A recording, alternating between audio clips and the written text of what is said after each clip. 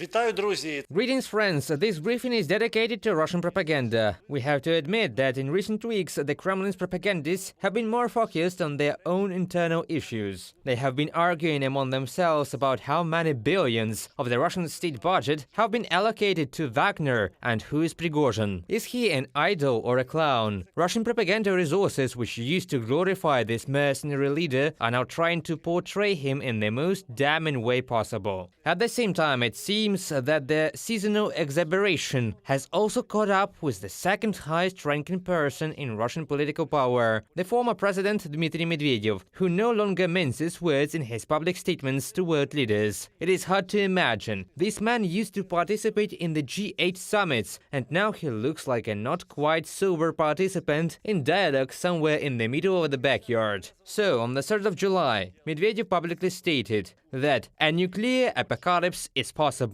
Our adversaries have decided to defeat the largest nuclear power. They are complete idiots. End of quote from a second person in the Russian political power structure. 1st of July. There are patent degenerates in the Polish leadership, Dmitry Medvedev reiterates. 23rd of June. A Polish scum named Duda. Medvedev also says that international organizations, such as the Council of Europe or the OSCE, are already in the stinking dump of world development. These are all direct quotes. It seems that Medvedev's social media account has been accessed by people who are not entirely adequate, or who are also such people on his own behalf.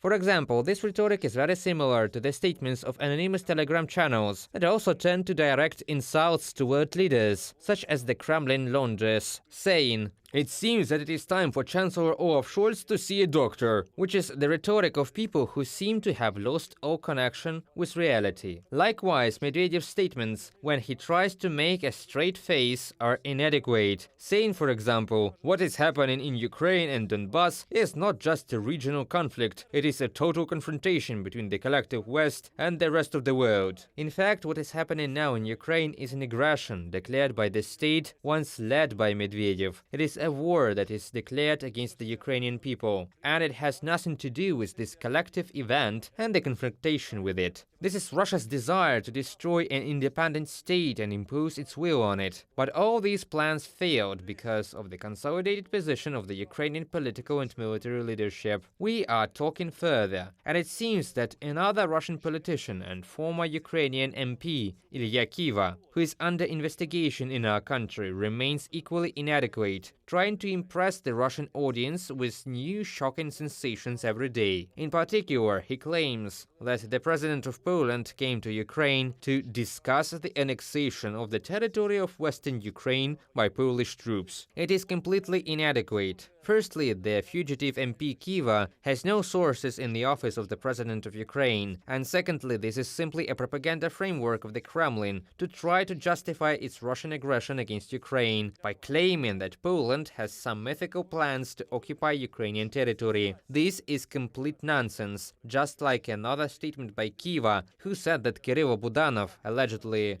died from the main intelligence directorate of Ukraine. After I made public the information about the death of the Ukrainian intelligence chief and failed attempts to deny this information with ridiculous photoshops and deepfakes emerged, it was decided to find a new candidate for the vacated position. Candidates are now being coordinated with Western partners, Kiva said. A completely inadequate person. It is true that the head of the intelligence is alive. Hundreds of people saw him at public and private events. But this also raises another question. Who paved the way for figures like Kiva to enter Ukrainian politics, where they built up social capital, where they elected to the Ukrainian parliament on the lists of pro-Russian forces, and then fled to Russia? Who are these people? Why aren't they also held accountable for this? Let's talk further. Among the serious statements, the spokesman of the Russian leader, Peskov, he made a statement claiming that the missile attack on Kramatorsk, where dozens of civilians were killed, was allegedly carried out on a military facility. The Russian Federation does not strike a civilian infrastructure. Strikes are carried out on targets that are somehow connected with military infrastructure, Peskov said.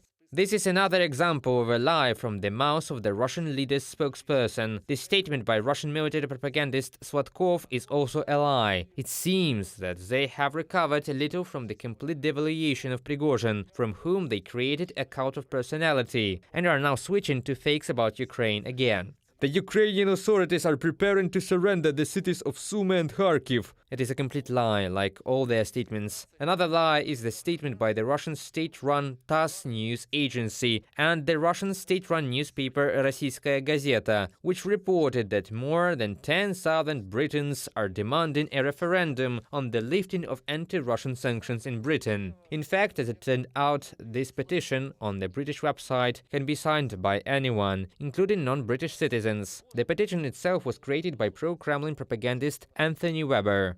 We also see that there is a shortage of speakers with foreign names among Russian propagandists, and they have recruited another one, whom they call Garland Nixon. It turns out that they are titrating him as an American radio and television presenter. In fact, he is a correspondent of the Russian state propaganda media Sputnik, which does not hide its views on hatred of Ukraine in particular. This year, after all the known events, this Garland Nixon compares the Ukrainian flag to the Nazi flag on Facebook. In other words, he openly despises Ukraine and is another Russian propagandist, albeit with a foreign surname. The weight of his words is zero, just as the statements of Russian MP Vitaly Milonov, who is known for his extravagant statements, are zero. Now he is claiming that the United States of America will put Ukrainians on drugs to make them easier to control. Judging by everything we have heard, the Russian leadership, in the person of Medvedev, military correspondents, and the aforementioned propagandists and MPs have already been put on drugs themselves. Here I can end with the traditional call: